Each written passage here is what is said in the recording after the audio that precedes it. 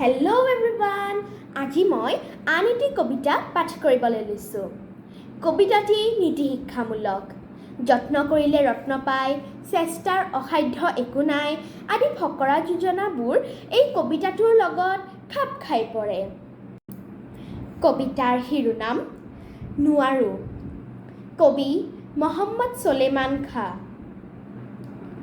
নোৱাৰো কথাটি হেৰা বেয়া কথা বৰ, কদাপি নহয় হিতি কথা মানুহৰ। এলেহুৱা যিটো হয় নোৱাৰো সিটোৱে কয়, তেনেহ'লে তুমি কিয় নোৱাৰো বুলিবা? এলেহুৱা হৈ কিয় জীৱন ধৰিবা?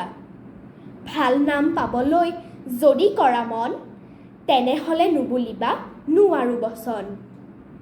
10 জনে পাৰে যিটো তুমিও পাৰিবা সিটো, হেন জানি হাস কৰি প্ৰাণ তাকি কৰা, একেবাৰে নোৱাৰিলে 100 বাৰে কৰা। বহুতে এই কবিতাটি উইলিয়াম এডৱাৰ্ড হিগচনৰ ট্ৰাই এগেইনৰ অসমীয়া ভাৱানুবাদ বুলি ক'ব খোজে। অৱশ্যে মূল ভাৱৰ মিল থাকিলেও এয়া সেইটো কবিতাৰে অনুবাদ বুলি ক'তো তথ্যভিত্তিক উল্লেখ নাই। মই হিগচনৰ কবিতাটো পাঠ কৰিব বিচাৰিছোঁ। Try Again by William Edward Higson. D is a lesson you should heed. Try again. If at first you don't succeed, try again. Then your courage should appear.